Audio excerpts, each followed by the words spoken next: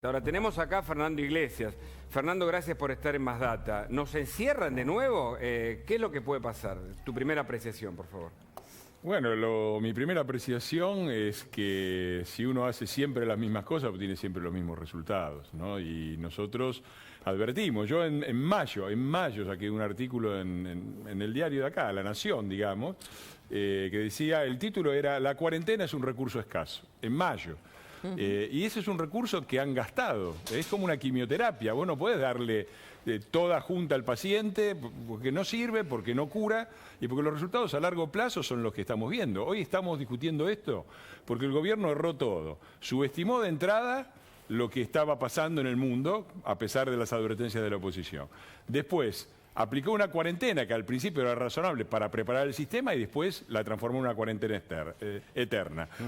Cerró las escuelas por un año, cosas que nunca prácticamente no se ha visto en el mundo. Y después el escándalo de las vacunas. Yo todavía estoy esperando que nos contesten. ¿Por qué la Pfizer no? Hay pedidos de informe desde hace más de un mes. ¿Por qué la Pfizer no? Hoy yo lo veo al canciller Solá diciendo que el problema, tenemos un gran problema que es la AstraZeneca. No, Solá, el problema son ustedes.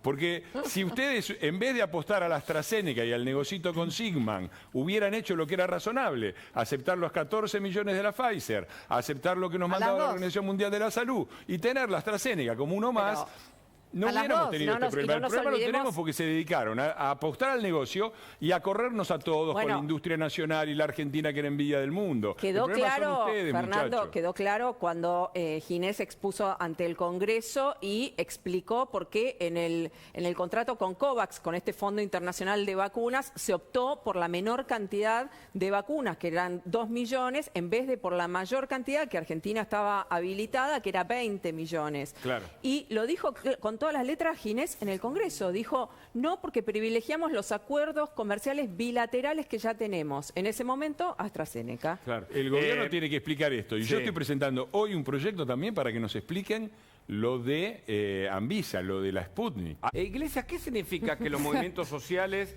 obtengan las vacunas que no obtienen algunos médicos, fuerzas de seguridad que están en el frente de batalla, entiendo, ¿no? ¿Qué significa? Bueno, significa básicamente que queda en claro cuál es el modelo de gestión que se esconde detrás de el interés, el proyecto colectivo, la redistribución de la riqueza y todo eso.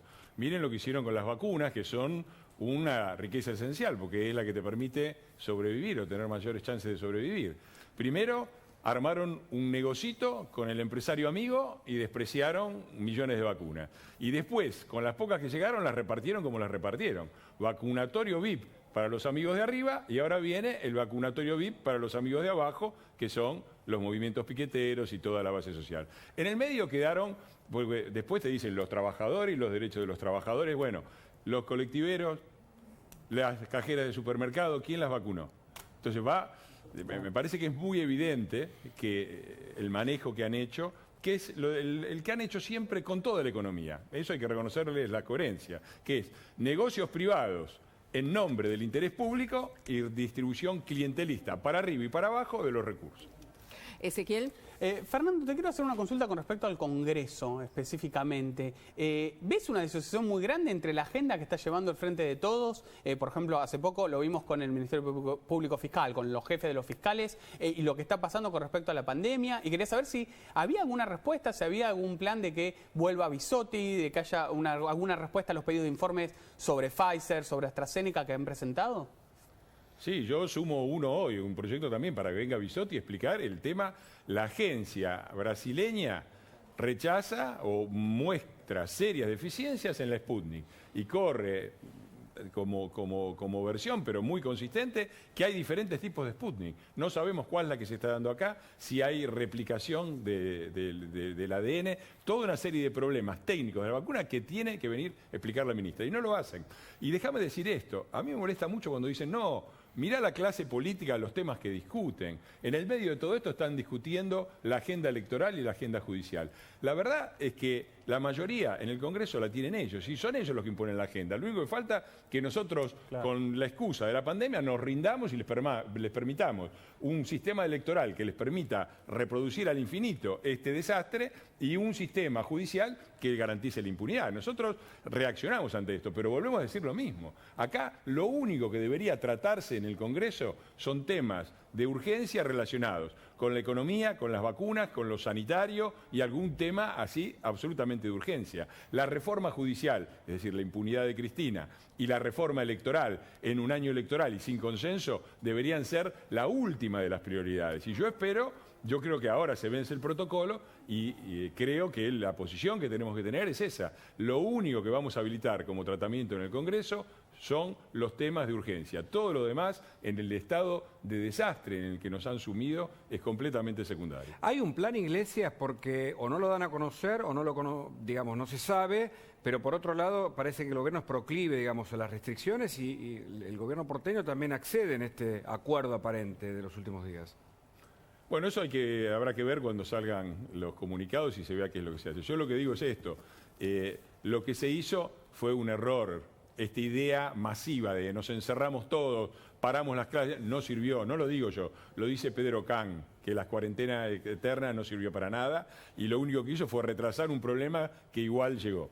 Entonces, repetir esta idea de la cuarentena, del hacha, del martillo, de vamos con todo, está claro que no sirve, sobre todo porque la sociedad argentina hoy es un enfermo al que le aplicaron dosis masivas de quimioterapia y por lo tanto afectaron todos sus sistemas. No anda la economía, no anda la educación, la gente no da más económicamente y no da más psicológicamente. Por lo tanto, todas las medidas restrictivas tienen que ser puestas con un dosaje, con precisión, muy dirigidas y muy justificadas. Muy justificadas. No tiene sentido, por ejemplo, con el tema de la educación, la histeria de la vacunación. Yo veía la noticia, falleció un docente, entonces hay que cerrar las escuelas. No, a ver, ¿cuántos docentes fallecieron? ¿Cuántos fallecían antes de la apertura de escuelas? ¿Cuántos docentes fallecieron en relación al total de la población? Es decir, tiene que haber un dato numérico que justifique Bueno, esto lo cualquier pedían los tipo de gobernadores restricción. también, que las decisiones estén basadas en datos. Bueno, eso es lo que Algo no ha que hecho este parece gobierno, tan por eso, bueno, este es el básico, gobierno ¿no? que rompió el INDEC. A ver, digo, este es el gobierno que rompió Hablando el de INDEC. INDEC, ahora cuestiona Sí. a, Y ahora a Marco cuestionan Labaña, ¿no? de Que vuelta. Y muchos ahora dicen, parece que los datos de 4,8 de la última inflación no son muy amigables para el gobierno. La pero- solución de nuestro gobierno como doctor es romper el termómetro, ¿no? Si el termómetro indica que tenemos 39,5 de fiebre, en vez de atender el problema, lo que hacemos es romper el termómetro. Ya lo vimos, el 48% lo votó. Bueno, este año hay elecciones, espero que la gente...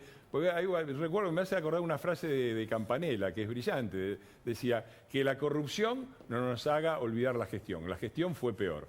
Y se ven todos, se ve en el gráfico que mostraron recién. El gobernador Kicillof, en vez de quejarse y echarnos la culpa de todos los porteños, por ahí podría ocuparse de vacunar a los bonaerenses como hace la ciudad de Buenos Aires. Porque hay rumores y hay muchas evidencias, vamos a investigar, no quiero ser superficial, pero muchos están diciendo que han frenado en muchas provincias el ritmo de vacunación porque no quieren el titular de se acabaron las vacunas.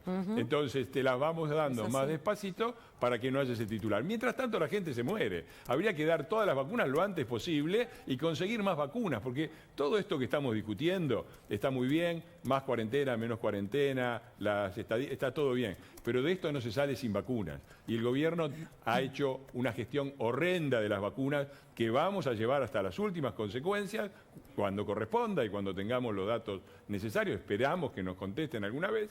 Y porque la verdad es que la gestión de vacunas que están haciendo ahora también parece bastante dudosa. Ezequiel. Fernando, ¿vos estás en contra explícitamente de cambiar la fecha de las PASO? Porque sé que hubo un Zoom con Patricia Bullrich, con Cristian Ritondo del bloque del PRO, y vos no estabas tan de acuerdo, y un poco hubo una argumentación ahí de Ritondo, de Bullrich, de la necesidad ahí de consensuar una nueva fecha con el gobierno nacional. Quería saber específicamente si era así, si vos estabas en contra, o en todo caso decías, bueno, esto lo están usando solamente como una herramienta electoral, más que por un cambio por la pandemia, ¿no?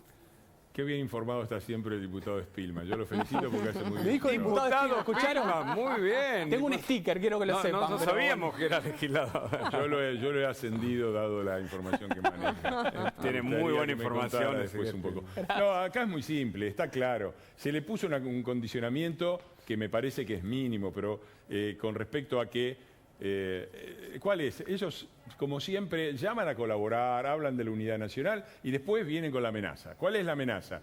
Tenemos los votos para cambiar las PASO, para anular las PASO, Claro. para ir a una especie de ley de lemas, que es lo que se aplica en Santa Cruz con efectos electorales y socioeconómicos que no hace falta mencionar. Esa es la amenaza de este gobierno que busca la unidad nacional.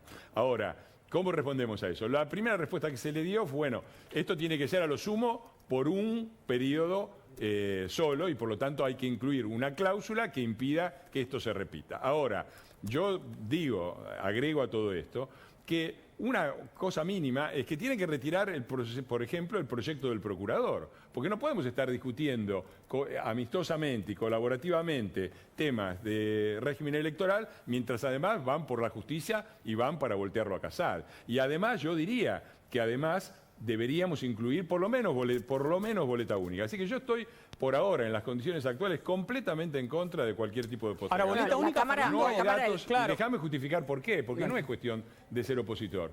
A ver, no hay datos de lo que va a pasar dentro de 2 semanas. ¿Cómo saben que en agosto en qué condiciones vamos a estar? ¿Y cómo saben que en septiembre vamos a estar mejor que en agosto? No, y aparte se suma el condimento de que la Cámara Electoral también, en reacción a ver estos 70.000 dosis para los piqueteros, también está diciendo, mirá que nosotros no nos movemos en las elecciones si no están todos vacunados. Claro. Bueno, la pelota está en este momento en la cancha del gobierno, que tiene que responder qué es lo que quiere hacer. Por supuesto, hasta ahora no han dado ninguna respuesta. Cuando la den, les contestaremos todos. Esto tiene que pasar por la Cámara de Diputados y vamos a discutir.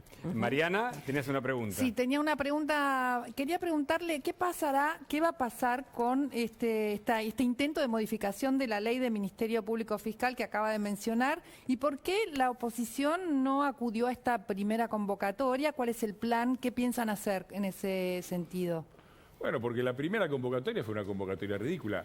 O sea, el mecanismo razonable es que el ministro venga, dé una explicación de lo que piensan hacer y los diputados, sobre la base de lo que dijo el ministro, preguntemos al ministro. ¿Qué hacen ellos? Nos dicen, todas las preguntas tienen que ser por escrito antes de las 10 de la mañana. O sea, teníamos que preguntar antes de escuchar lo que decía el ministro. Eso es una provocación, eso es una alteración de los mecanismos más elementales y por supuesto nosotros decidimos no asistir. Y por supuesto ya sabemos quién es Soria, fue compañero nuestro en la Cámara de Diputados. Pero ¿cuál es el plan que tienen? Es un soldado de Cristina, ¿Qué piensan hacer? es un gurka de los más extremos y no hay más que ver las declaraciones, lo han puesto ahí.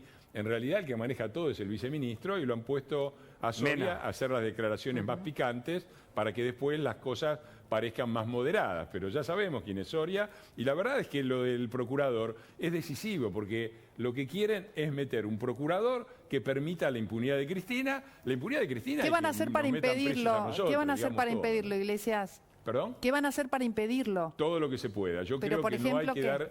Bueno, un tema que justamente hablaba ayer con Luis Juez es cómo va a ser el tratamiento en la Comisión de Justicia en el que se trata esto, que es la primera instancia en la cual podemos intervenir. Segundo, yo insisto, yo creo que ahora se vence el protocolo y que por supuesto nosotros no podemos abrir el protocolo temporalmente. O sea, no podemos decir, estamos en una situación de emergencia, abrimos el Congreso con sesiones mixtas, virtuales, lo que sea, para todo. No. Que vengan y digan qué temas quieren tratar. Quieren tratar temas que impactan sobre la ciudadanía, quieren hablar de vacunas, quieren tratar temas sanitarios, quieren tratar temas económicos de emergencia. Por supuesto, el Congreso tiene que estar abierto para eso. Todo lo demás es secundario y para mí no es momento de tratarlo, mucho menos con un oficialismo como este. Fernando Iglesias, ¿cuál es tu enojado, opinión sobre Fernando. el tema Está político? enojado, Mucha Fernando. información. No, yo Te vi congelarte. Mirá que para dejarlo sin palabras, No, a Fernando total. Iglesias. No, mira, en los clubes y en las municipalidades que controlan ellos, esperemos que no nos hagan votar en unidades básicas los muchachos. Claro. No y des si ideas. quiere algo, yo le tengo, porque dicen no tenemos propuesta. Yo tengo una propuesta para el ministro del Interior, el amigo Guado. Boleta única. Con boleta única se necesitan menos autoridades, el trámite es más rápido, se disminuyen enormemente los costos, porque la mayor parte del costo de las elecciones están relacionados con la impresión de boletas, ese costo baja a menos de la cuarta parte. Ahí tiene, ya que está preocupado por la pandemia, por el costo de las PASO, por favor, metan la boleta única. Pero hay un gran ¿puedo negocio. decir una Claro, se cosa termina que un me gran quedé? negocio. La respuesta que les dio Fernando, tuyo que Ritondo, Negri te lo deben haber contado, cuando fue la reunión allá en el Congreso, es que ya ellos ya habían lanzado la licitación para el escrutinio, con lo cual no podían implementar la boleta única. Qué ¿no? Qué lástima. ¿Cuántas complicaciones Pero administrativas? vos hablás, que tienen estos hay chicos sospecha, con en la algún momento vacuna, ¿no? Carrió dijo que podría haber fraude. ¿Vos o tu grupo consideran esa posibilidad? Nosotros creemos que, sobre todo en el conurbano, el peronismo históricamente ha hecho todo el fraude que ha podido. Por lo tanto, nosotros vamos a ponernos del otro lado y tratar de hacer lo posible para que no lo hagan. Pero déjame, te saco un segundo para hacer una pequeña reflexión porque me quedé impresionado por una imagen. La imagen del Ministerio de Salud. Un edificio histórico, el único que quedó por motivos históricos sobre la 9 de julio. Claro. El edificio del renunciamiento Ahí lo vemos. histórico, el que tiene la foto de Evita. ¿Qué pasó hoy en ese Ministerio de Salud de un gobierno nacional y popular? Que le dijeron a los colectiveros, a los trabajadores, que se pongan en la cola. En ese mismo lugar es donde se vacunaron Berbisky, Valdés y todo el vacunatorio VIP. Me parece que es una extraordinaria parábola de las esperanzas que en su momento, justas esperanzas de democratización y justicia social que en su momento encarnó el peronismo y lo que es hoy. Una mafia enquistada en el poder que se roba las vacunas para dárselas a los amigos. Y vos hablabas antes, en el corte charlábamos sobre la gente que se va de la Argentina, que ese es otro informe que vamos a abordar en algún momento. ¿Es así? ¿Efectivamente se están yendo muchos? Enorme. Mira, yo estoy a cargo de Juntos por el Mundo, que es la organización de los argentinos que en todo el mundo defienden los valores republicanos, salen a los banderazos y se están organizando para votar con el gobierno que, además de crear condiciones de expulsión para la gente, les quitó el derecho a votar por correo, porque resulta que más del 77% votó en la última elección por Juntos por el Cambio y el 17% por el Frente de Todos. Y se está yendo muchísima gente porque está claro que hay un estrangulamiento de justamente lo que debería ser la esperanza del país.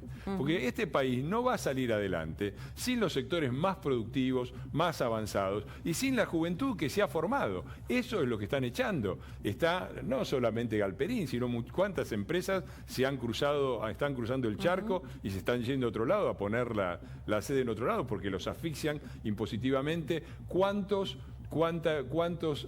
profesionales, jóvenes, bien formados se están yendo? Y esto se enlaza con una pregunta que hizo Nuria, que me gustaría responder. ¿Cuál es el plan? Porque si uno lo ve por arriba, a este gobierno, uno dice, son unos improvisados, es todo un desparramo, no tienen plan. Cuando uno empieza a mirar un poquitito más, parece haber un plan. Primer punto del plan, quedarse con el poder para siempre. Reforma del sistema electoral para anular las PASO e ir en una ley de lemas. Segundo punto del plan, impunidad. Proyecto para tratar el tema del procurador, sacarlo a Casal, poner a uno que empiece a dejar libre de causas a Cristina y a meter presa a la oposición. Perfecto. Y cuando lo ves socialmente, también lo ves. Claro. Porque está claro lo que hace este gobierno. Le pega a la clase media para darle a los subsidiados. Le pega a la capital federal para darle a las provincias del norte, del sur. Clarísimo. Y a los intendentes del conurbano. Bueno, ese es el plan. Destruir la educación, Nuria, ese es el plan. Por eso la tuvieron cerrada. Porque quieren un pueblo cada vez más bruto y cada vez más en manos de las consignas populistas que lo único que hacen es declamar cosas que después en la práctica terminan siendo el desastre en el que estamos viviendo hoy. Gracias, Fernando, por tu visita. Al contrario, gracias a ustedes. Muchas gracias.